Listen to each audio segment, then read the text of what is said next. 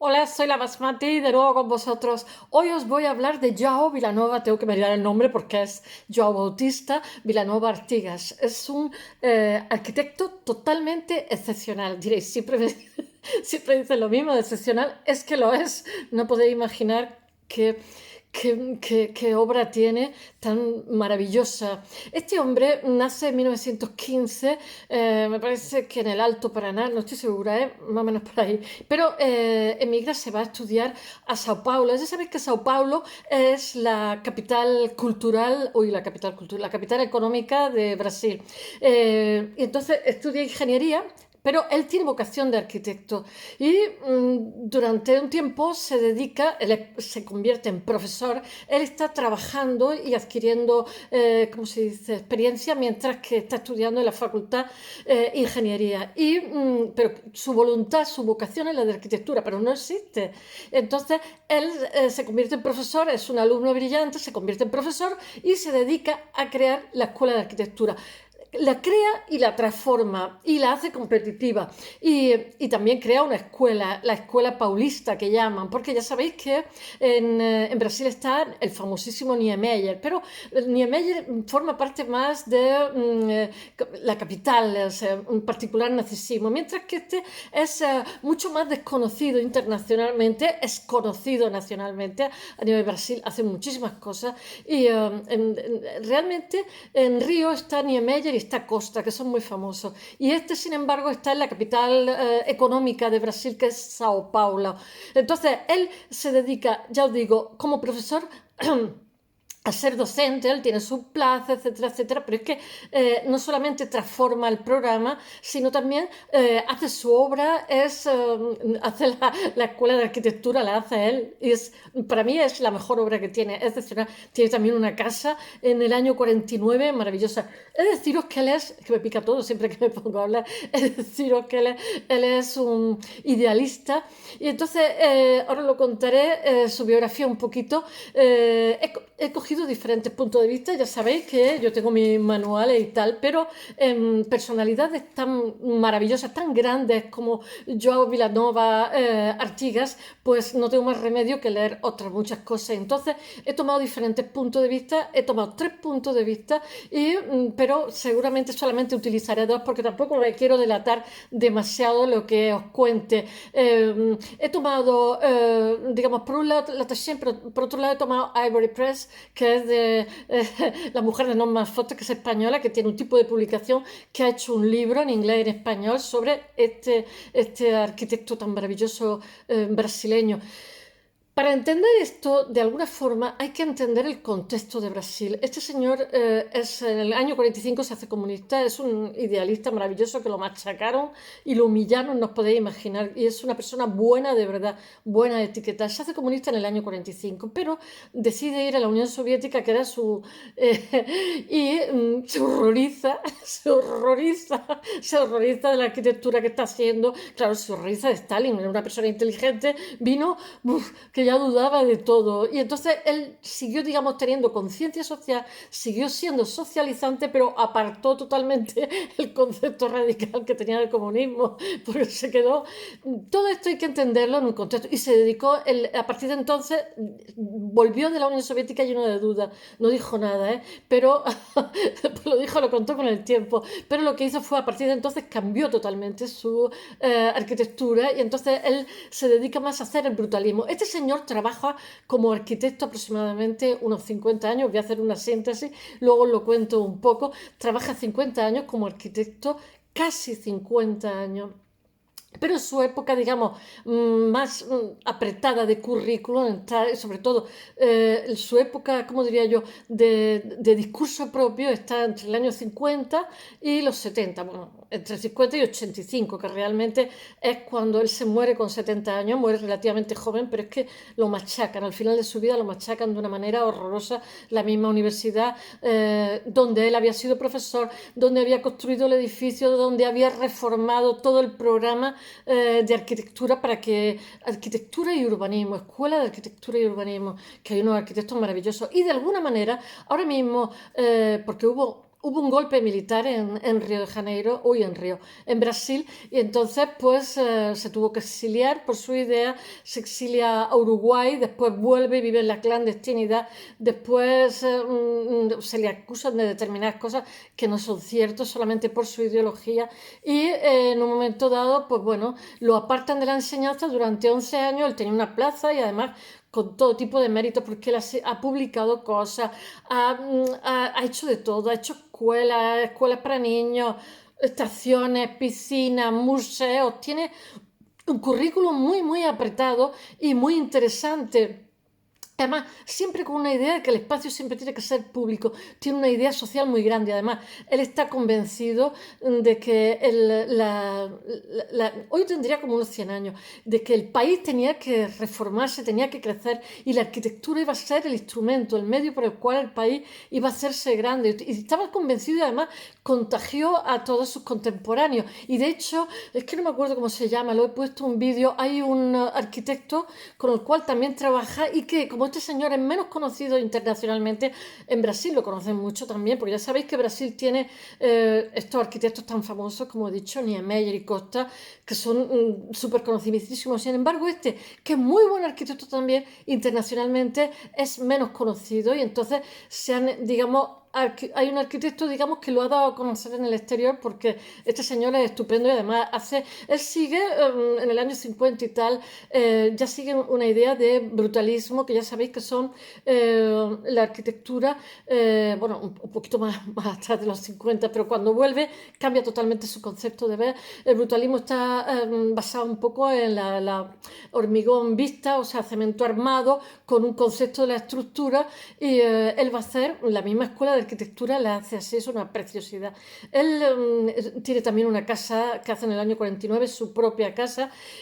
También hace como un barrio, ahora os lo contaré, donde hace un edificio precioso en los años 40 y además de eso es un barrio que tiene alcantarillado, porque allí tenían problemas, en Sao Paulo tenían problemas pues, de determinadas cosas con las picaduras de mosquitos. Bueno, entonces él hace, cuando construye ese edificio en los años 40, lo hace de manera tan moderna que hace que no, digamos, eso no llegue a... Lo que pasa es que también tengo que decir una cosa en contra, que eso lo dice Elena Ochoa, la mujer de Norman Foster, donde he estado leyendo también cosas muy interesantes. Dice que su obra, por desgracia, la mayoría no se mantiene bien, solamente se mantienen bien encargos que le hicieron de viviendas particulares, porque cuando él construye, sabéis que los arquitectos muchas veces la forma que tienen de promocionarse, de autopromocionarse, es con sus propias viviendas, pero desde, yo qué sé, desde el más famoso hasta el que menos, porque siempre tienen un cliente, siempre tienen miedo de decepcionarlo, ¿no? Sin embargo, cuando haces tu casa, pues como el cliente eres tú, pues tienes como más libertad artísticamente y muchas veces lo que te dicen es, quiero uno como esa, como la tuya o parecida. Y bueno, eso desde el que nos ha hecho el Guggenheim hasta que se hizo su propia casa y a partir de ahí empezó a hacerse famoso, eso es muy común. O el Robert Venturi que hizo la casa de su madre y la gente dijo, ah, queremos una como esa. Bueno, voy a ver si os cuento un poquitito su vida y su obra. No he cogido toda la obra porque es complicado. Os he dicho que para mí su mejor obra, no necesariamente para el resto de opiniones, porque he leído diferentes opiniones y cada uno dice una cosa diferente. Unos dicen que donde mejor está hace una estación preciosa también, hace muchísimas cosas, tiene un currículum muy apretado, pero bueno, cada uno destaca una cosa. A mí, sin embargo, la escuela que hizo de arquitectura me ha dejado, ¡wow! En los años 60. Me parece maravillosísima, brutalismo, ya os digo, cemento vista, o sea, hormigón vista, etcétera. Tiene muchos premios internacionales este señor, pero ya os digo que internacionalmente no es muy conocido, empieza a ser más conocido de unos años esta parte, donde digamos, determinadas publicaciones se han hecho eco de la trayectoria de este hombre. Y voy a ver si os cuento un poquito su vida. Él, ya os he dicho que, bueno, ahora lo cuento, nace en Paraná en 1915, pero lo que pasa es que él se va a Sao Paulo, que es la capital económica de Brasil, porque ya sabéis que la capital es una, pero está Río, Brasilia, pero la capital económica es Sao Paulo. Él vivirá allí y tendrá el despacho allí. Bueno, Él nace en 1915, muere en 1985, lo humillan, ahora lo contaré, lo humillan porque resulta que tiene un cargo ganado porque publicaciones, él es profesor durante muchísimo tiempo y en un momento dado hay un golpe, como no sé si lo he dicho, tiene que exiliarse, etcétera, etcétera, y después cuando se pasa 11 años sin dar clase y cuando quiere volver lo obligan a dar una clase y lo tienen que juzgar, le tienen que hacer como un examen sus propios compañeros porque se consideraba que había sido comunista o socialista y entonces lo maltratan, un hombre que lo había hecho todo, desde el programa hasta la facultad, o sea, la escuela, todo, todo, y era un hombre anciano, murió al poco tiempo. Sin embargo, la clase que dio, digamos, como examen ha quedado como para el recuerdo de la historia porque fue una clase, se llama la importancia social de la arquitectura. Es simplemente excepcional. Los seres excepcionales, como sobresalen, siempre son maltratados, no sé, es como una constante. No todos, pero sí la mayoría. Bueno, ya a ver si os cuento un poquito su vida, ¿vale? Nace en 1915, muere en 1985, vive 70 años, estudia arquitectura, bueno, realmente no estudia arquitectura, estudia ingeniería en la Escuela Politécnica de Sao Paulo, pero él tiene vocación de arquitecto. Entonces, cuando termina, durante el tiempo que está trabajando, que está estudiando, está trabajando, haciendo práctica. Y cuando termina, como su trayectoria es brillante, se queda como profesor y lucha, como he dicho antes, por hacer el programa. Después acaba haciendo la escuela de arquitectura, que es una preciosidad y que me ha encantado. Bueno, él adquiere experiencia en varios despachos. En 1937 se licencia y trabaja tiene un nombre como polaco. Ya sabéis que como se migra tanto a Sudamérica, Gregory Wachowski o Wachowskis o algo así. Bueno, que no me lo sé. Vilanova Artigas, Joao Vilanova Artigas, tiene un apellido catalán, Vilanova. Al Vilanova y la Geltrú. Ejerce como, ¿cómo se dice? Como docente. Él trabaja 50 años de arquitecto entre 1941 y 1947 en la Universidad de Sao Paulo. En 1948 él es fundador de la nueva titulación de arquitectura. Ya he dicho que se encarga muy mucho de hacer una escuela de arquitectura y urbanismo y reforma a fondo todos los planes, pero estará tiempo reformándole, estará tiempo reformando y han salido muy buenos arquitectos de ahí. Está reformando prácticamente hasta los años 60. En 1980 pudo volver como consejero, o sea, le obstaculizaron muchísimo un hombre que tenía un currículum abigarrado y además de eso tenía una trayectoria intelectual muy buena. De hecho, hay varias publicaciones suyas que son maravillosas. Bueno, está considerado como un arquitecto líder en la escuela de Sao Paulo, le llaman la escuela paulina, para diferenciarla un poco de lo que hace Niemeyer y lo que hace Costa en Río.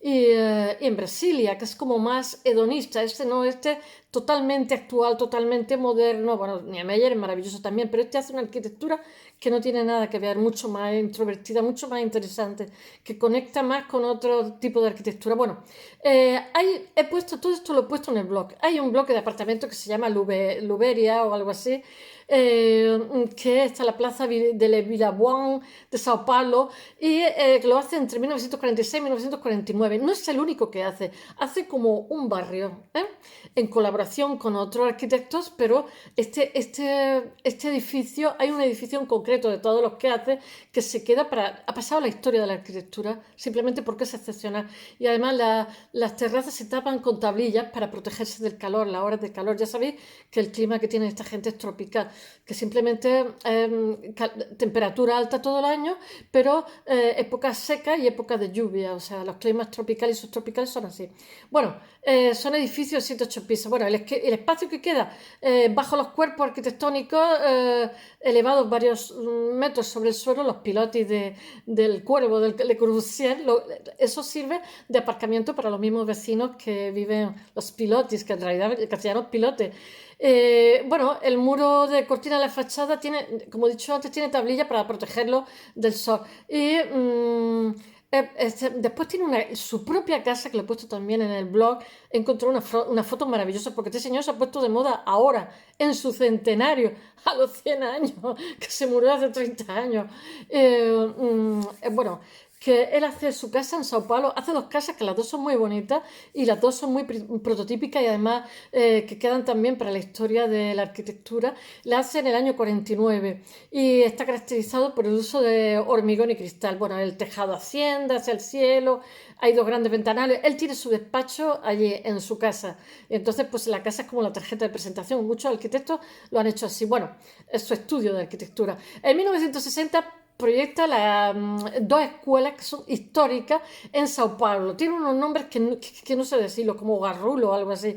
La segunda de ellas es cuando realmente a raíz de que la Unión Soviética se le ha caído, se le ha caído del altar, no deja de ser social o socialista, como ya veis, pero su radicalidad va en otra dirección totalmente. Y entonces ya se vuelca en lo del brutalismo, como he dicho. Y entonces esta segunda escuela, bueno, voy a decir cómo se llama, esta escuela la hace en colaboración con Carlo Casaldi o Cascaldi.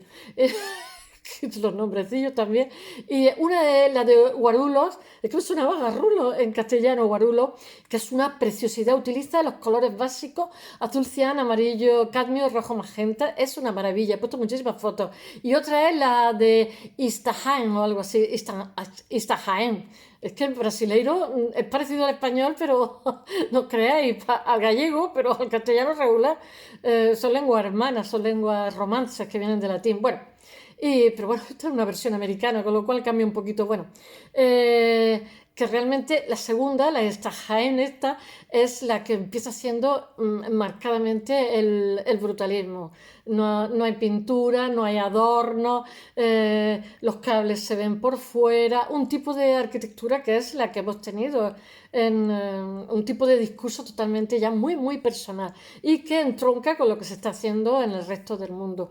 Las estructuras son de hormigón, que sobresalen, muy bonitas, ¿eh? He puesto, yo que sé, a lo mejor 30 o 40 fotos. Por el lado frontal, aproximadamente por medio metro del tejado, es rompedora totalmente. Y la escuela de Guarulhos, como he dicho antes, lo que tiene son los colores concebidas bajo el exterior como interior, todo tiene colores básicos, como he dicho, azul cian, amarillo cambio, rojo magenta. Es característico el uso de recursos cromáticos. Esto lo estoy viendo también en Barragán. En América ponen unos colores, yo creo que es que los indígenas son muy de colorines y que eso pasa también en Oriente, son también de muy colores. Yo veo, por ejemplo, a las japonesas o las chinas se ponen unos totos con unas cosas, colores flúor, eso no lo ponemos nosotros occidentales y somos ridículas, como pasa un poco también a los africanos, ¿no? Que van vestidos con unas cosas y después y van guapísimos ellos y ellas. Sin embargo, nos lo ponemos nosotros y estamos como ridículas. En fin, estos son digresiones que se me están ocurriendo, no me hagáis mucho caso.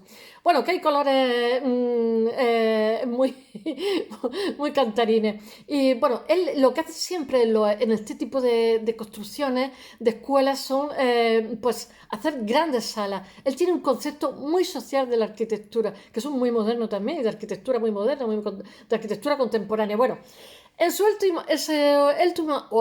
última época erige, cuando lo rehabilitan, que la universidad le hace la vida imposible, pero sí que lo rehabilitan socialmente, encargándole obra pública en su última época. Y entonces este señor, que era un grandísimo arquitecto, como encima ahora echa muchísimo de menos su trabajo, pues hace unas cosas súper modernas, maravillosas, y entonces hace desde una piscina, museos, estaciones, bueno, y bueno, el sitio donde nace se llama Curitiba. Es que tiene los nombres brasileños no son tan fáciles. Y él muere en Sao Paulo, como he dicho antes, en el 85 con 70 años. Realmente él ha sido el magíster de la escuela paulina, que le llama. Y que en realidad lo que hacen es adoptar el hormigón armado como lenguaje plástico, como he dicho antes, el brutalismo, a partir de finales de la década de los 50, ya tocando los 60, que es cuando hace la Escuela de Arquitectura, me parece que es en el 60 o en el 62. Yo creo, unos dicen, de las opiniones que he leído, que su mejor época es entre el 60 y 70, otros dicen que su mejor época es entre el 50 y el 70. Yo, francamente, he visto cosas antes de los 50 que me han encantado también, o sea, cuando realmente tiene un discurso propio entre el 50 y los 70. que está como maduro. Pero yo, incluso cuando hace sus primeras obras, no me desagradan, me parecen maravillosas.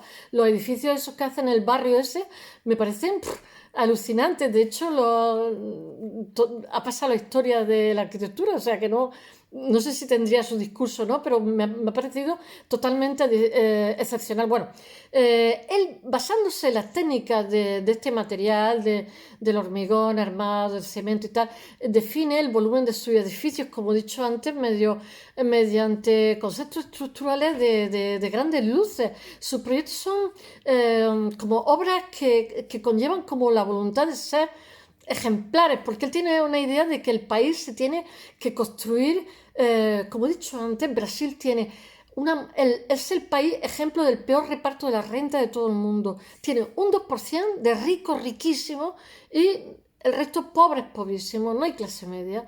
Y entonces, claro, en ese contexto es normal que la gente pues se tire al monte, o sea, no hay clase social, o sea, o eres pobre o eres riquísimo, de loco. Y me imagino que en los años 40 y cuando nació este señor todavía debería de ser más. Y entonces este señor, como todas las personas que tienen ideas sociales, son muy partidarios de que haya muy buenas escuelas, que sean gratuitas, que haya muy buenas facultades, que sean gratuitas. Y entonces por eso hace grandes salas, por eso dice que construir el país tiene que ser a través de la arquitectura, etcétera. Bueno, él fomenta, es que he estado viendo vídeos donde los arquitectos hablan de arquitectos contemporáneos, coetáneos suyos, y dice que era un hombre idealista que les contagió esa energía de construir Brasil mediante la arquitectura. Él tiene una idea muy social del país y una ambición, bueno, propia. Sabes que Sao Paulo es el centro económico, como he dicho, el centro económico y industrial de Brasil, que es totalmente ajeno al hedonismo, eso lo dice Elena Ochoa de Río de Janeiro, no lo digo yo, pero me han encantado las cosas que ha puesto. Y además ella tiene, la mujer de Norman Foster, tiene bastante idea de arquitectura.